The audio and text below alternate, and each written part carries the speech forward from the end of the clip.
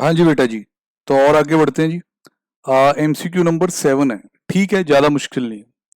Mister Dinesh resident in India has got gross total income of 2,30,000 comprising of interest on saving and rental income during the year 1920।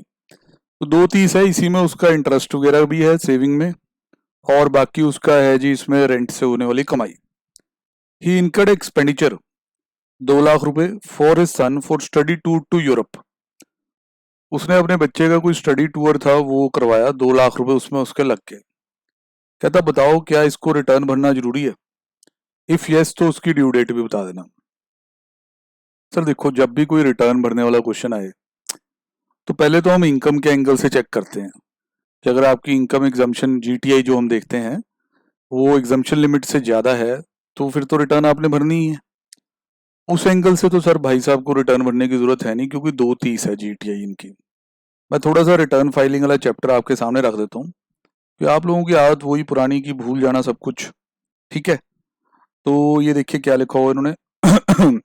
Compulsory filing of return of income in case of person other than a company में, second वाला point पढ़ रहा हूँ।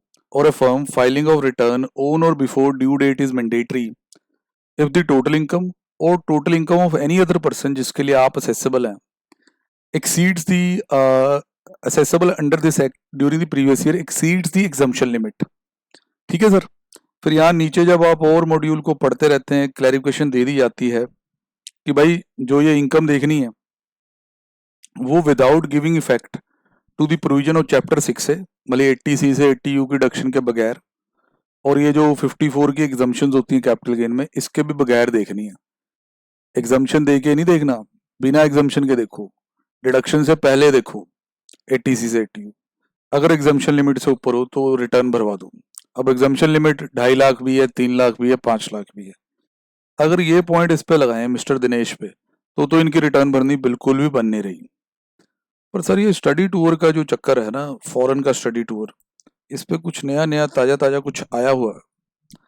फिर ये लिखता है any person other than a company or firm who is not required to furnish a return under 139(1) is required to file the return in prescribe form and manner अगर उस बंदे ने डिपॉजिट किया an amount or aggregate amount exceeding 1 crore in one or more current accounts maintained with the banking company. देख रहे हैं कि नहीं, one or more current accounts, or has incurred expenditure of an amount. अब ध्यान से, ये तुम्हारे वाले क्वेश्चन में है, हो जाए सर अंडरलाइन, ये तो has incurred expenditure of an amount or aggregate of an amount exceeding 2 lakh. हाँ देखो, पूरा बॉर्डर लाइन केस डाला इंस्टीट्यूट ने, बिल्कुल border line. Exceeding 2 lakh for himself or any other person.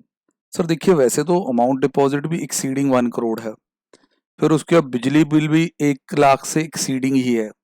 ठीक है, तो सब में ये एक्सीडिंग ही है। कई बार हमारे माइंड में ना 2 लाख तो आ जाता है, 1 लाख भी आ जाता है, पर वो ये नहीं होता कि डाउट ये आता है 1 लाख और मोर लिखा था या एक्सीडिंग 1 लाख लिखा था। तो ये चीजों को थोड़ा सा स्ट्रीमलाइन कर लो, पढ़ लो बार बार। एक्सीडिंग 2 लाख है सर, बच गया सर फिर तो ये, क्योंकि उसके बच्चे के स्टडी टूर पे 2 लाख ही लगे हैं, एक्सीडिंग 2 लाख नहीं है। बख्श दो सर इसे, इसको रिटर्न भरने की जरूरत नहीं, बाकी फिर भी भरवाने आना तो भर देंगे, कोई बात नहीं। No he is not required to file the return of income. Paper में यही लिख के आना, ये ना कहना कि आए ना। तो 7th का अगर हम आंसर यहाँ से चेक कर लेते सर, आरटीपी 7th, ये रहा। हाँ जी सर, 7th का डी पार्ट ही आंसर है। आप अच्छे तरीके से देख सकते हैं, no he is not required to file the return. Done है बेटा, ये वाला एमसीक्यू भी। अगले पे मूव करते हैं। ओके जी बेटा, bye bye. Like share comment please.